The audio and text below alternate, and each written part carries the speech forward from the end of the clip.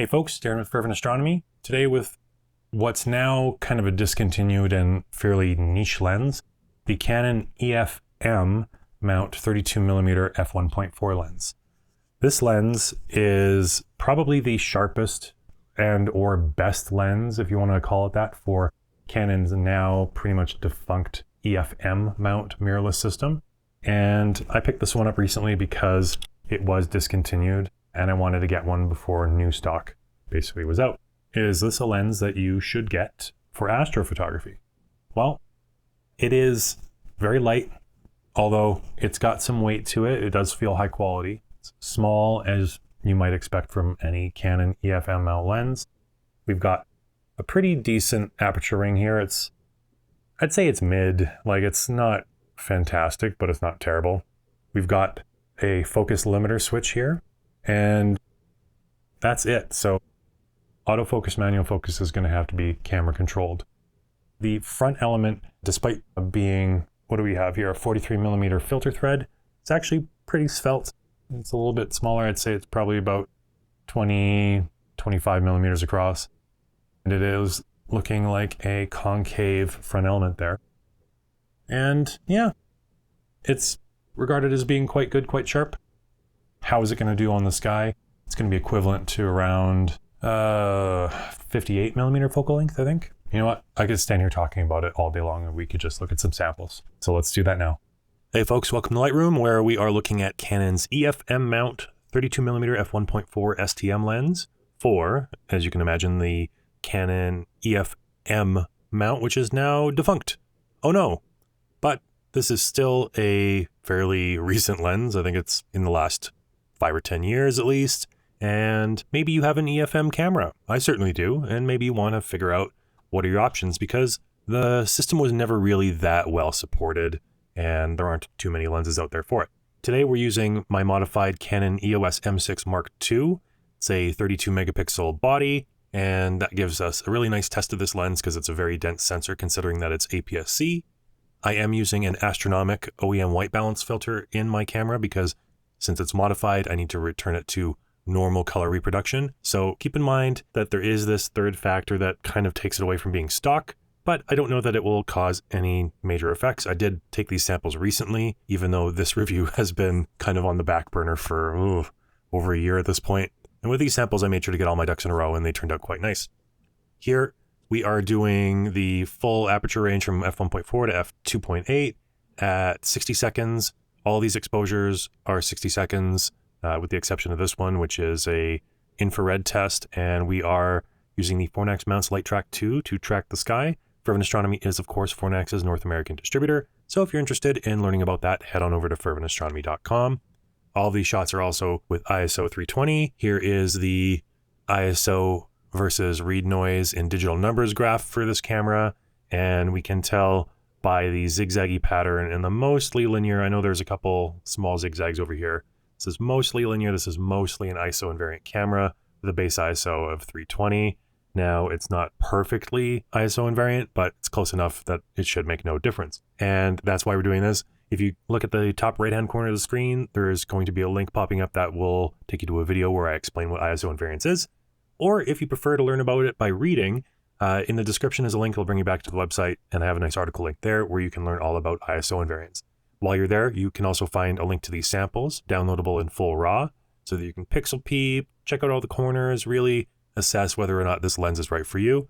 But as always, since they are my copyrighted works, I did put skin in the game to get these, I have to buy the lens, all that stuff. Please, use them in good faith for the purposes that I'm providing them, and hopefully it'll help you decide if you want to buy this lens or not. Let's pop in here on our f1.4 sample and see what we can see here first. There is some vignetting. If we take a look at the navigator, we can see it a little easier. This is pretty normal and doesn't actually look that bad, all things considered. Things do look a little washed out in the center of the frame here. Now, this can be for a number of reasons. Of course, there might be a little bit of loss of contrast, but on this night that I did these samples, just for this past Christmas, there was a little bit of haze in the sky. The transparency wasn't great, so I think that might be affecting things a little bit. Keep that in mind. If we look at the histogram here, I'll stop down to f1.6, watch the left side of the histogram, see if it moves. And as we see here, stopping down that little bit, we're not really shifting the dark part of the frame, the shadows and the blacks to the left, but we are shifting the right side of the frame, the highlights and the whites. to the left, which means we're losing some exposure. We are getting a little bit better contrast in the center. We're getting a more even exposure across the frame, and we're not losing any light in the corners, which is nice. And if we stop down to 1.8, same thing again. Our histogram keeps stacking up here, but the darks aren't getting any darker, just the light parts of the frame. So let's see how far we can push it.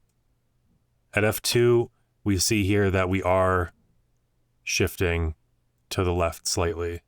So we are starting to lose some of that exposure in the darker parts of the frame as well.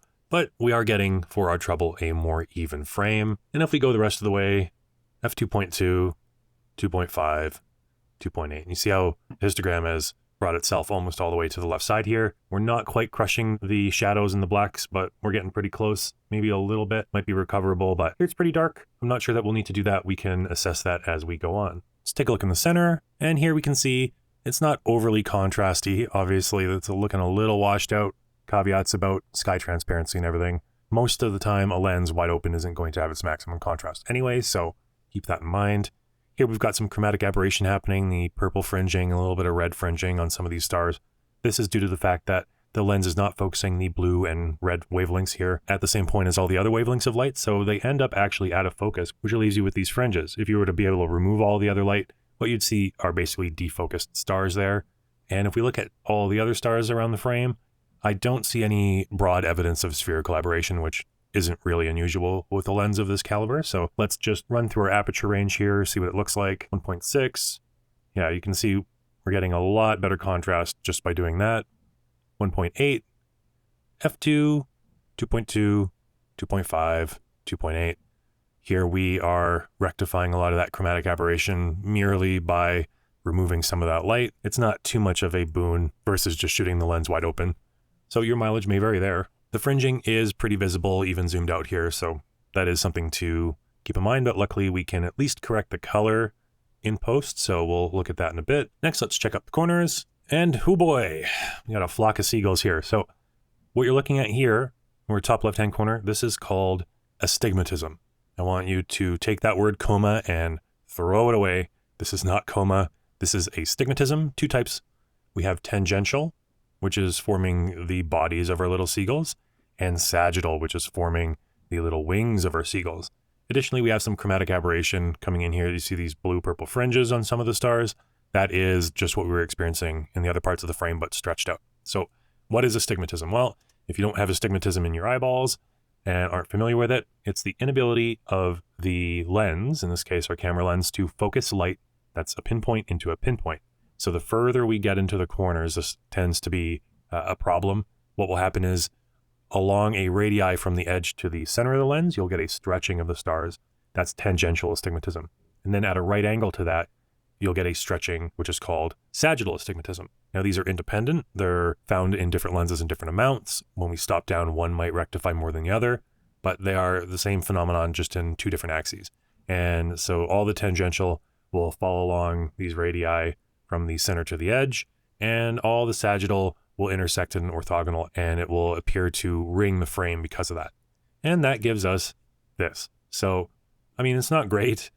For my personal work, when it really bothers me is when it makes the stars noticeably different than they are in the center of the frame. It'll make them bigger visually from this distance, or it might be so weirdly shaped that you can see it zoomed out.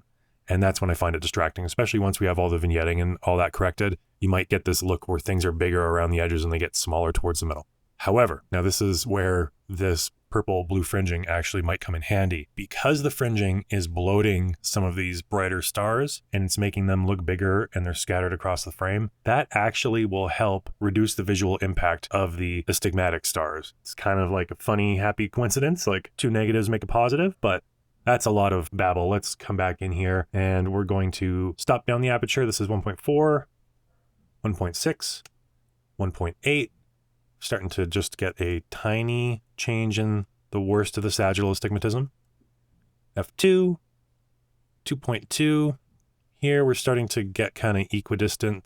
So the tangential and sagittal in the worst cases are starting to even out, which helps reduce the visual impact of those stars. That's 2.2 again, 2.5, and 2.8. Here we're quite dark.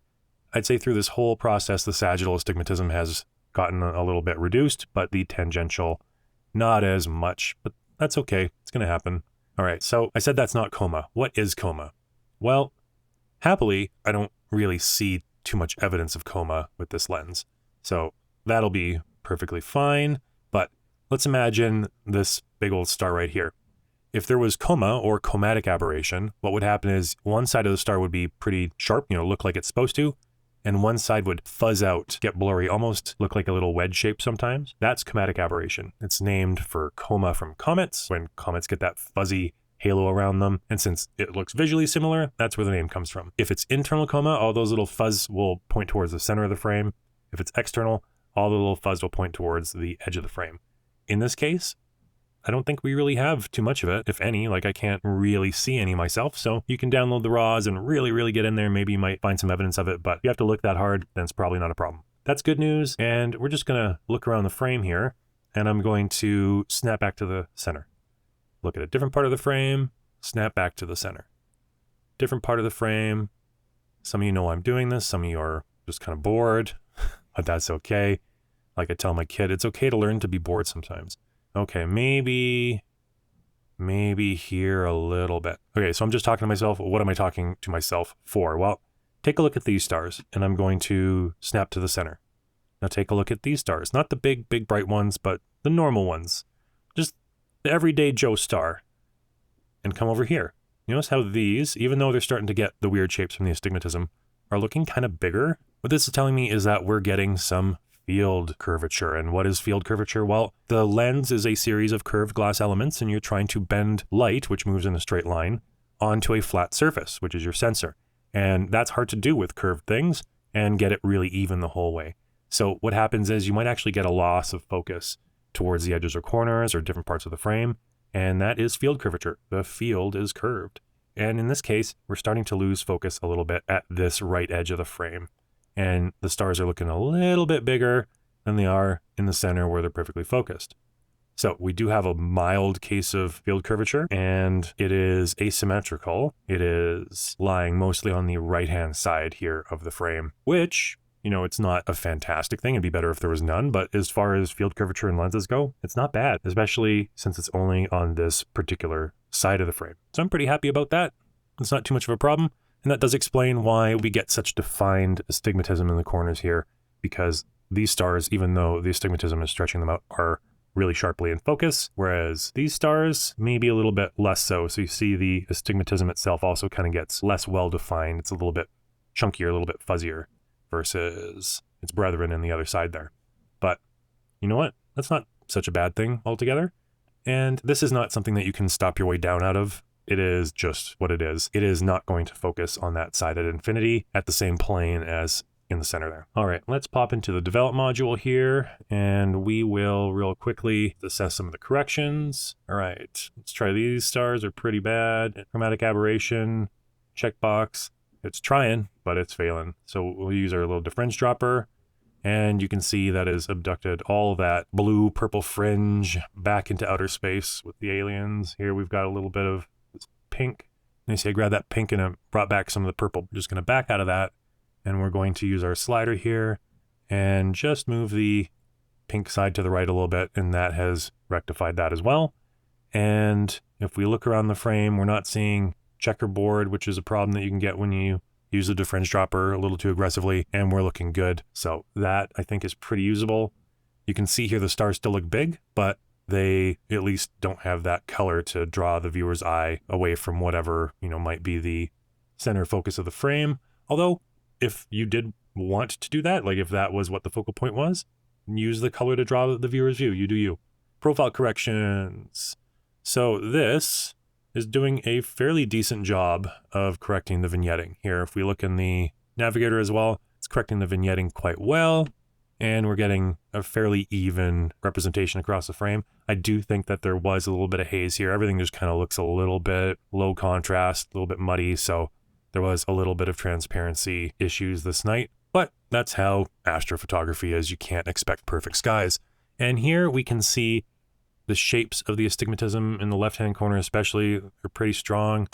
But I don't know that it's encroaching far enough into the frame, and I don't think it's big enough or weird shaped enough to draw too much attention away. Like I said, with the bloating of some of the stars with the chromatic aberration, it kind of actually helps keep everything sort of the same mix. So I think that is quite successful.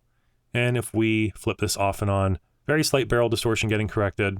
What that's going to do, if we scale down here, you can see the corners are getting stretched out just mildly, and that's cropping out some of the corners of the frame. So we're losing a very, very tiny smidge of our angle of view, but only diagonally and horizontally. We're not losing any vertical angle of view here. So whatever you frame in the center of this should be totally safe. And the parts you're losing are pretty much nothing parts of the photo anyway. It's the worst part of the frame. So I don't think there's any reason not to do that. All right, that actually was probably a little longer than I meant it to be. This one's been a long time coming. So I hope that you found it interesting or useful. If you did, honestly, the little thumbs up button right below the video there, that helps so much. I really appreciate it. But let's get out of here and wrap the video up. All right, well, so what do you think? Is this lens worth picking up? Well, I'm definitely glad I did, and I might use it for astrophotography now and again. Probably not going to be my daily driver, the M6 Mark II that I modified. I'm going to use that camera primarily for more deep sky stuff on the end of maybe like a Red Cat or something like that from William Optics. But as far as this lens, it's so small, it doesn't make sense not to bring it with you in your kit. Is it something that you should get? Well, it's going to give you a nice tight Milky Way, or fairly quote unquote wide field if you're going to be doing something like taking photos of various constellations, or maybe chunks of the sky where there's a lot of nebulosity and that type of stuff. One that I often mention is Cygnus or Orion or Cassiopeia. So yeah, I think this is a worthy lens to keep in your kit. It's got kind of an expiry date, right?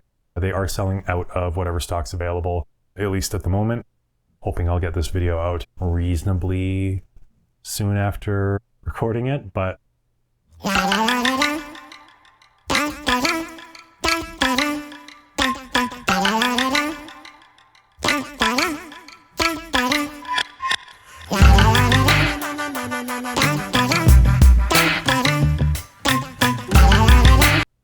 you know what? I tend to get lost for time sometimes, but at any rate, I hope you found this informative. I hope that gives you a little bit of a clue if this is a lens for you. I'm Darren. Thanks so much for watching, and we'll see you next time.